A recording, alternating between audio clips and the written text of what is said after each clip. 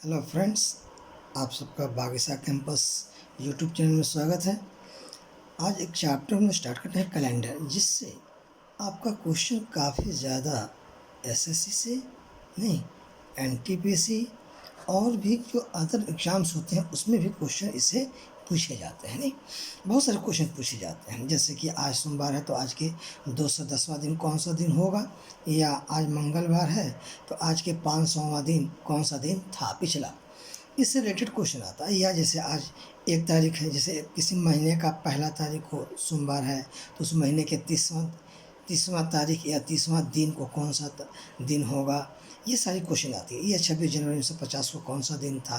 तो इस तरीके से बहुत सारे क्वेश्चन आते हैं, जिस क्वेश्चन का जवाब हम लोग एक सरल तरीके से दे सकते हैं। नहीं, वो सरल तरीका ये होता है, बहुत सारा कैलेंडर टाइप से पढ़ाया जाता है, कोड से क्वेश्चन, कोड हमें याद करते जाएंगे, बहुत सारा समय लग जाता है।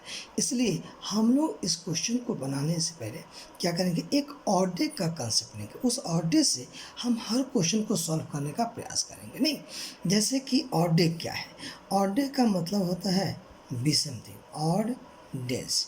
ऑड डे का मतलब होता है बाबू क्या, विषम दिन। ये विषम दिन क्या करता है, विषम दिन का मतलब होता है कि कुल दिनों की संख्या, यानी टोटल नंबर ऑफ डेज, यानी कुल दिनों की संख्या डिवाइडेड बाय 7, यानी कुल दिनों की संख्या को 7 से भाग देंगे तो जो हमारा रिमाइंडर आता है ना, यानी जिसको हम लोग क्या कहते हैं, शेष फल, इसी को कहते हैं हम लोग क्या, ऑड डे। नहीं, यानी कुल दिनों की संख्या डिवाइड बाय 7, उसको कहते हैं शेषफल। अब जैसे कि मान लीजिए कि हमें निकालनी है पूरे 50 दिन में कुल कितना ऑड डे होगा, है ना। तो क्या करेंगे, हम 50 में 7 से डिवाइड करेंगे, तो जितना बार में करें तो जो रिमाइंडर बचेगा, कितना रिमाइंडर बचेगा, 1। यानी इस 50 दिन में कितना ऑड डे बचा, एक दिन बचा। या हमको मान लिया जाए कि 100 दिन में निकालना है कि ऑड डे आपका कितना होगा, तो क्या करेंगे, इन 100 में हम 7 से डिवाइड कर देंगे। नहीं, तो 7 से करेंगे तो 10 30 कितना बचेगा, 2। इन 2 विषम दिन बचेंगे। इसी विषम दिन निकालने के तरीके से हम पूरे क्वेश्चन को सॉल्व कर सकते हैं। कोई भी क्वेश्चन हो, कैलेंडर का लगभग 90% क्वेश्चन हम इसे सॉल्व कर सकते हैं। नहीं, तो कहने का मतलब है कि जैसे कि 50, या हमको निकालना है 1175 दिन में कुल कितना विषम दिन होगा, तो हम 7 से डिवाइड कर देंगे। नहीं, तो 7 से करेंगे 7, 4 47, 7 6 42, 5 55, नहीं 7 49, कितना डे बचेगा, 6। इन 6 विषम दिन बचेगा। तो इस प्रकार से हम कुल विषम दिनों की संख्या ज्ञात कर सकते हैं। उसी प्रकार से हम मंथ में अगर बात करें कि हम मंथ में विषम दिन कैसे निकालें, जैसे जनवरी का मंथ होता है, या आपका मार्च का मंथ होता है, या आपका मई का मंथ होता है, या आपका जुलाई, या ये अगस्त, या आपका अक्टूबर, या दिसंबर। ये सभी जो महीने होते हैं वो कितने दिनों के होते हैं, 31 दिनों के। अब इस 31 दिनों में कुल ऑड डे कितना होगा, 7 से डिवाइड करेंगे तो 3। क्लियर है। यानी कोई भी मंथ जो 31 दिन का होगा उसमें आपका विषम दिन संख्या कितनी होगी, 3। उसी प्रकार से अगर हम आपका ले लें क्या, अप्रैल, नहीं आपका जून, फिर हम ले लें सितंबर, फिर हम ले लें क्या, नवंबर, ये प्रत्येक महीना जो होता है वो कितने दिनों का होता है, 30 दिनों का। अब 30 दिनों में कितना विषम दिन होगा, तो कितना होगा, 7 चौका 28, 2। यानी वैसे मंथ जो 30 दिनों का होंगे उसमें कुल 2 विषम दिन होंगे, और जो वैसे मंथ जो 31 दिनों का उसमें कितना होगा, 3 विषम दिन होगा। बिल्कुल क्लियर, आपको समझ में आ रहा है बाबू।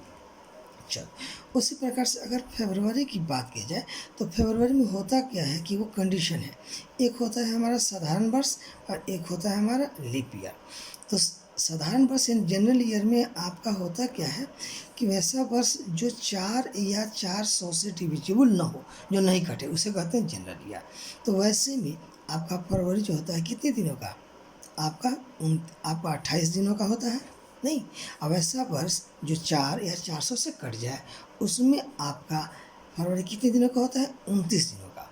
तो ये डिपेंड करता है कि यदि साधारण वर्ष जनरल ईयर है तो उसमें विषम दिन कितना होगा, 7 चौका 28, 0 रिमाइंडर, 7 चौका 28 कितना होगा, 1। यानी फरवरी में जनरल ईयर में 0 विषम दिन होगा और लीप ईयर में 1 विषम दिन होगा। ऐसे ही विषम दिन हम आराम से निकाल सकते हैं। जैसे मान लीजिए हमको निकालना है आपका जनरल ईयर में कुल ऑड डे कितना होगा। हमें पता है कि जनरल ईयर कितने दिनों का होता है, 365 दिन का। तो 365 में कुल ऑड डे निकाले तो 7 से भाग देंगे तो कितना बचेगा, एक। 7 5 35, 7 में 14। उसी प्रकार से लीप ईयर में कुल पीसन उसमें कितनी होती है, 366। तो 7 से भाग देंगे तो रिमाइंडर कितना बचेगा, 2। यानी एक जनरल ईयर में एक पीसन दिन होता है और एक लीप ईयर में कितना होता है, 2 पीसन दिन होता है ना। तो इस बेस पे हम क्वेश्चन को आराम से निकाल सकते हैं कि कुल कितना आपका ऑड डे होगा, नहीं।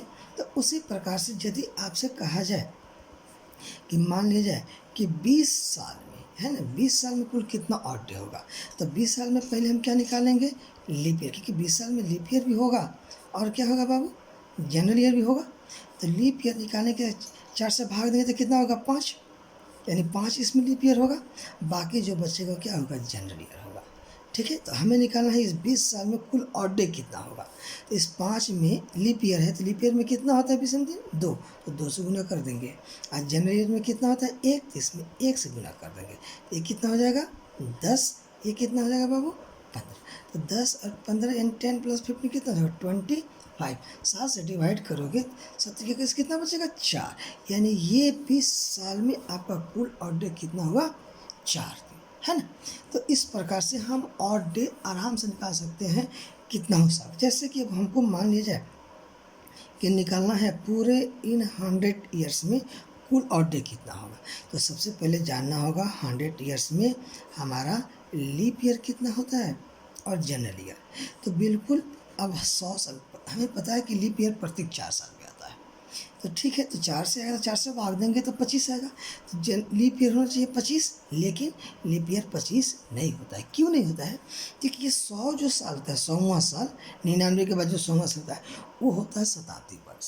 और शताब्दी वर्ष का कंडीशन क्या होता है कि वैसे वर्ष जिसमें 400 से हम भाग देते हैं और वो वर्ष कट जाए तो वो लीप ईयर कहलाता है। लेकिन 100 में 400 तो कटेगा नहीं, इसलिए ये कहलाता है जनरल ईयर।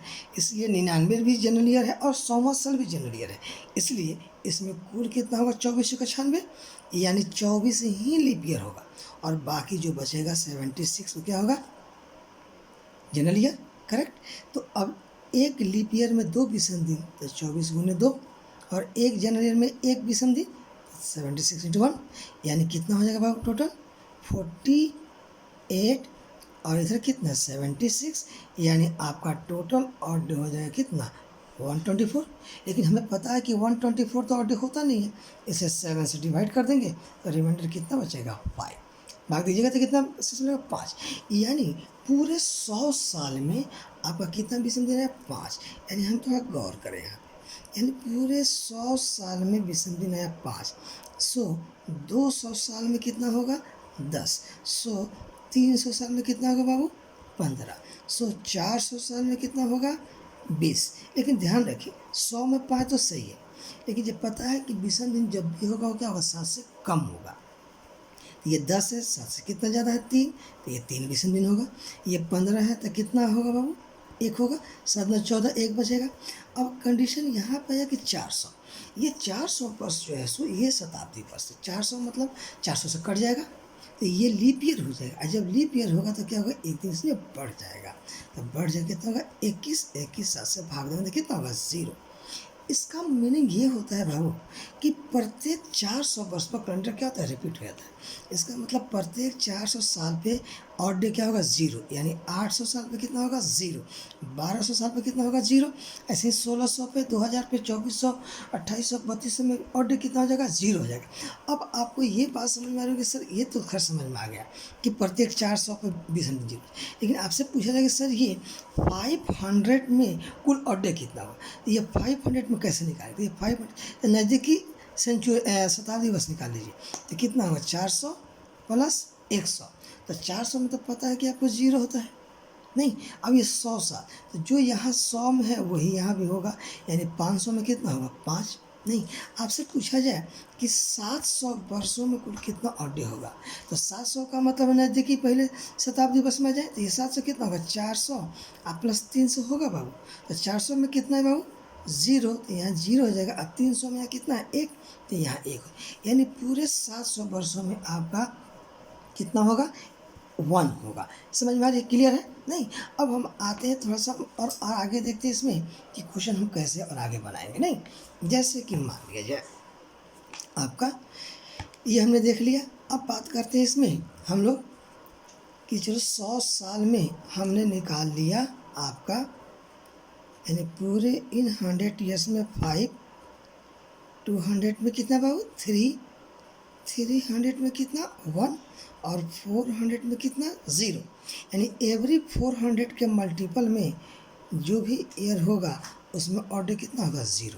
आपसे कहा जाए कि सर ये 1700 में ऑर्डर कितना होगा, तो ऑलवेज 1700 को हम तोड़ेंगे, जानते हो किस में, नज़दीकी 400 का मल्टीपल में। तो 400 का मल्टीपल मतलब कितना 1600 है ना, अब प्लस कितना 100, तो 1600 में पता है कि 400 का मल्टीपल 0 और 100 साल में कितना हो जाएगा 5, यानी 1700 साल में कुल कितना होगा 5।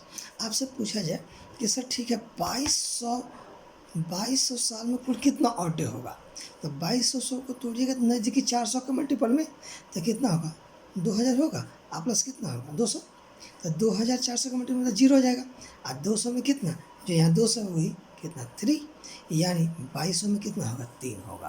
क्लियर है? हमें समझ में आ रहा है कि आपको ये बातें क्लियर हो गई होगी कि कैसे हमें ऑड डे निकालना है। क्लियर है? अब इस क्वेश्चन के इस बेस पे हम कैलेंडर का क्वेश्चन को निकालना हम क्या है हमारे लिए आसान हो जाएगा। नहीं, अब उससे पहले थोड़ा जाने, जब कैलेंडर हमारा स्टार्ट हुआ यानी सन 1, तो 1 जनवरी हुआ होगा, तो 1 जनवरी को ये पहला डे लिया गया था क्या मंडे, है ना। फिर सेकेंड डे क्या लिएगा ऑब्वियसली ट्यूसडे, फिर आपका थर्ड डे क्या लिया जाएगा वेडनेसडे, फिर 4 क्या लिया गया होगा थर्सडे, फिर 5 बाबू फ्राइडे, फिर 6 क्या सैटरडे, और 7 क्या यानी संडे। 7 मतलब 7 से 0 कट जाएगा 0, यानी संडे होगा। यानी इसी को ये बार बार यही डे आपका रिपीट होते हुए चला आया। अब जैसे कि मान लिया जाए हमें क्वेश्चन निकालना है, जैसे कि हमें आज का डेट का निकालना है, जैसे मैंने आज में भी देखा, जैसे आज हम निकालते हैं आपका, आज आपका मान लिया 20 मई 2000 आपका 21 को कौन सा डे होगा, 20 मई 2021 को कौन सा दिन होगा। तो ऐसे डेट को निकालने के लिए क्या करते हैं, क्योंकि 20 मई तो कंटिन्यू है 2021 का, 21 खत्म नहीं होगा, इसलिए क्या करेंगे 21 में से -1 कर देंगे, तो ये टोटल ईयर हो जाएगा 2020। समझ में आ रही बाबू। अब प्लस 20 मई किसका 21 का, तो प्लस कर देंगे 20 मई, ठीक है 20 मई हो गया। अब ये 2020 को कैसे तोड़ेंगे, तो नज़दीकी शताब्दी वर्ष में तो 2000 और प्लस कितना 20 और प्लस ये कितना हो गया 20 मई में तोड़ देंगे, तो 2000 हमें निकालना है ऑड डे ही बाबू, ऑड डे, तो 2000 में ऑड डे 400 का मल्टीपल है तो 0। अब बचा 20 साल, तो 20 साल जैसे कि 10 साल 15 साल 20 साल में तोड़ते हैं वैसे ही तोड़ेंगे, तो 20 साल में आपका हो जाएगा लीप ईयर भी, और क्या हो जाएगा जनरल ईयर। तो 20 साल में कुल कितने लीप ईयर होंगे बाबू, 4 से भाग दीजिएगा तो कितना होगा 5, इसमें कितना होगा बाकी जनरल 15, तो लीप ईयर में एक लीप ईयर में 2 बीसम दिन तो 5 गुना 5 में 10, एक जनवरी में 1 बीसम दिन तो 15 गुना 5, 15 गुना 1 यानी ये 15 और प्लस कितना बाबू 10, तो इधर 15 10 कितना हो गया 25 हो गया, 25 7 से ज़्यादा है, 7 से भाग देंगे तो 7 का 21 कितना बचेगा 4, यानी 4 रिमाइंडर इधर बचा। इधर 20 मई है तो 20 मई है, इसका मतलब जनवरी भी है, फरवरी होगा मार्च अप्रैल, तब ना मई आया है 20 मई, है ना। तो जनवरी 31 का तो बताए थे, 31 में कुल कितने बीस दिन 3। अब फरवरी देखो 21 का है बाबू, तो 21 ये लीप ईयर की जनरल ईयर है, जनरल ईयर 4 से नहीं कटेगा, इसलिए फरवरी 28 होगा 0, मार्च 31 का होता है तो 3, अप्रैल 30 का होता है तो 2, अब 20 है तो ये काट दीजिए, मई 20 है ना तो 6 बचेगा, तो पूरा जोड़ लीजिए 3 6 8 8 14, तो 14 अब प्लस कितना 4, कितना जाएगा बाबू 18 7 से भाग दोगे, सॉरी 4 14 18 7 से भाग दोगे, 7 में 14 कितना बचे 4, यही 4 जो है सो डे का कोड है। अब यहाँ देखिए डे 4 नंबर पर क्या है थर्सडे, यानी 20 मई को कौन सा दिन था थर्सडे था। समझ में आ गया बाबू, क्लियर है, कोई दिक्कत नहीं इसमें कंसेप्ट। जैसे कि माने एक निकालते हैं एक और, फिर नेक्स्ट वीडियो में देखा जाएगा।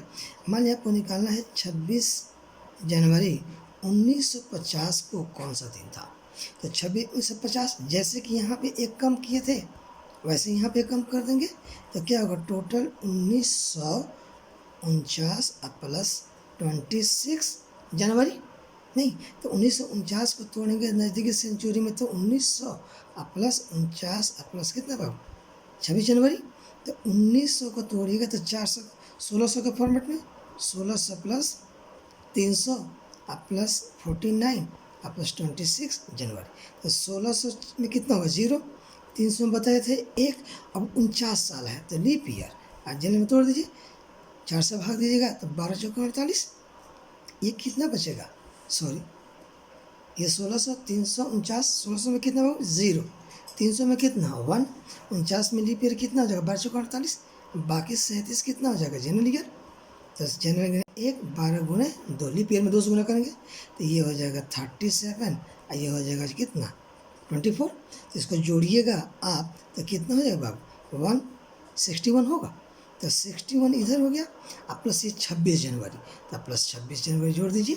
तो ये जोड़ पूरा जोड़े कितना होगा बाबू आपका, ये 7, ये 8, 7 से डिवाइड कीजिएगा, नहीं तो आपका जोड़े कितना होगा, आपका 7 17 14 कितना बचेगा बाबू, देखो तो 7 1 17 7 14 3 बचेगा शायद, 3 इधर और 1 इधर था, जाने कि 1 भी समझ इधर और 3 इधर, तो 3 अब प्लस 1 कितना हो जाएगा 4।